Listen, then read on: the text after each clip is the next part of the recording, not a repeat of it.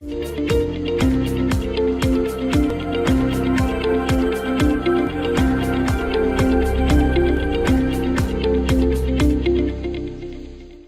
वालेकुम। MS Excel की पिछली वीडियो में हमने ये सीखा था कि किस तरीके से एक्सेल शीट को यूज़ करते हुए हम अपने किसी भी डाटा के ऊपर टेबल का फॉर्मेट अप्लाई कर सकते हैं। आज की इस वीडियो में हम एक्सेल के बहुत ही यूनिक और फ्रीक्वेंटली यूज़ होने वाले ऑप्शन को डिस्कस करेंगे, जिसका नाम है कंडीशनल फॉर्मेटिंग। कंडीशनल फॉर्मेटिंग के थ्रू हम अपने किसी भी डाटा के ऊपर डिफरेंट लॉजिकल कंडीशन के तहत फॉर्मेटिंग अप्लाई करते हैं। कंडीशनल फॉर्मेटिंग में एक्सेल लॉजिकल वैल्यू को कंसीडर करता है।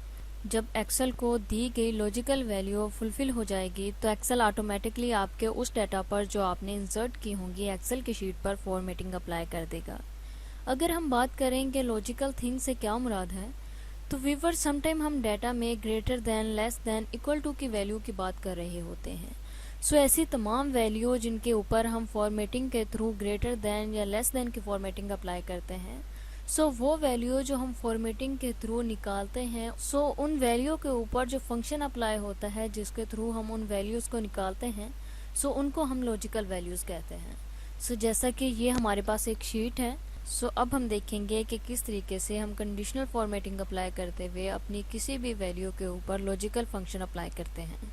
जैसा कि ये हमारे पास एम्प्लॉयज़ हैं, एम्प्लॉयज़ के बाद ये उनके ईयर्स हैं कि वो एम्प्लॉयज़ हमारी कंपनी में कितने अरसे से काम कर रहे हैं या कितना अरसा काम करेंगे। इसके लिए मैं यहाँ से इसे जूम कर लेती हूँ, लाइक ऐसे। अब हम अपने इस डाटा के ऊपर कंडीशनल फॉर्मेटिंग अप्लाई करेंगे और देखेंगे कि वो कौन से एम्प्लॉयज़ हैं जिनको हमारी कंपनी में काम करते हुए 10 साल से ज़्यादा हो गए हैं। इसी तरीके से हम लेस देन का फॉर्मेट भी यूज़ करेंगे कि वो कौन से एम्प्लॉयज़ हैं जिनको अभी हमारी कंपनी में काम करते हुए 10 साल से कम हुए हैं। अपने डाटा के ऊपर कोई भी फंक्शन या फॉर्मेटिंग अप्लाई करने के लिए सबसे पहले हमें अपने डाटा को सिलेक्ट करना होगा। मैं यहाँ से इसे सिलेक्ट कर लेती हूँ। सिलेक्ट करने का एक तरीका तो ये है कि आप सिंपली किसी भी सेल पे क्लिक करें, क्लिक करने के बाद उसे नीचे की तरफ ड्रैग करें, लाइक ऐसे। मैं इस तरीके से अपने कंप्लीट डाटा को सिलेक्ट कर लूँगी।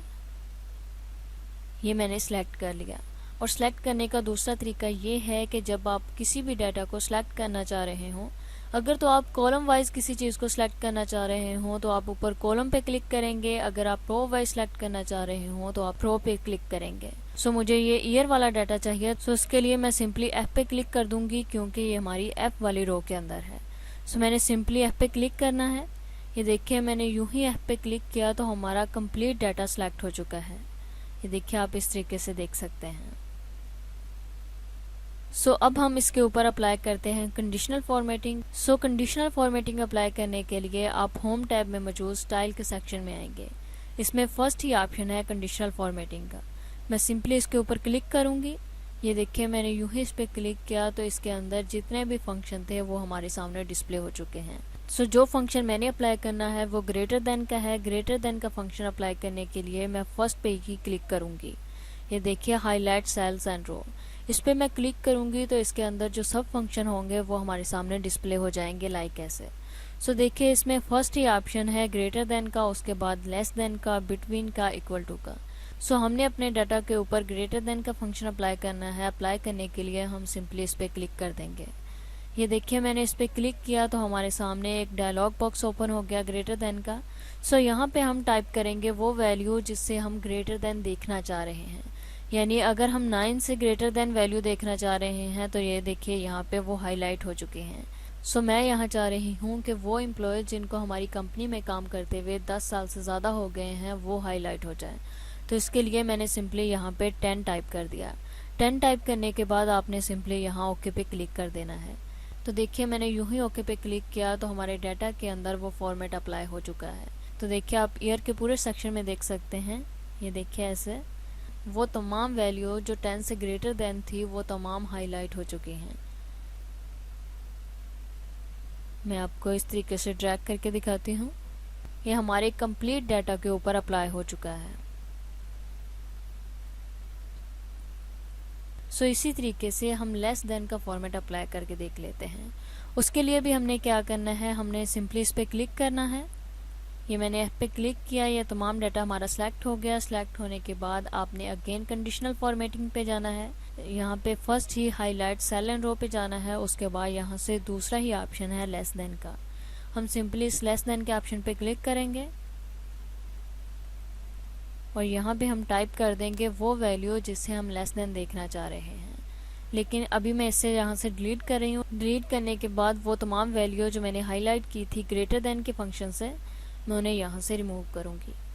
लाइक ये यहाँ से रिमूव हो चुका है। अब हम इस पे अप्लाई करके देखते हैं लेस देन का फॉर्मेट। सो मैंने अगेन इसे सिलेक्ट कर लिया। सिलेक्ट करने के बाद हाईलाइट सेल एंड रो पे जाऊँगी और उसके बाद लेस देन, और यहाँ पे हम वो वैल्यू टाइप कर देंगे जिससे हम लेस देन वैल्यू को देखना चाह रहे हैं।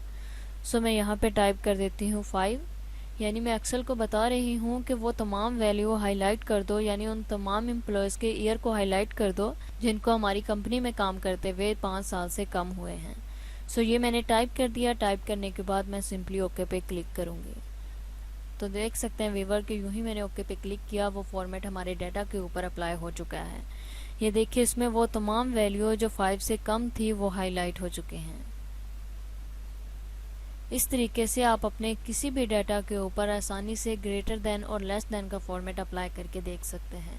सो अगर इससे रिलेटेड आपका कोई भी क्वेश्चन हो तो आप कमेंट सेक्शन में टाइप करके हमसे पूछ सकते हैं। Thanks for watching, best of luck.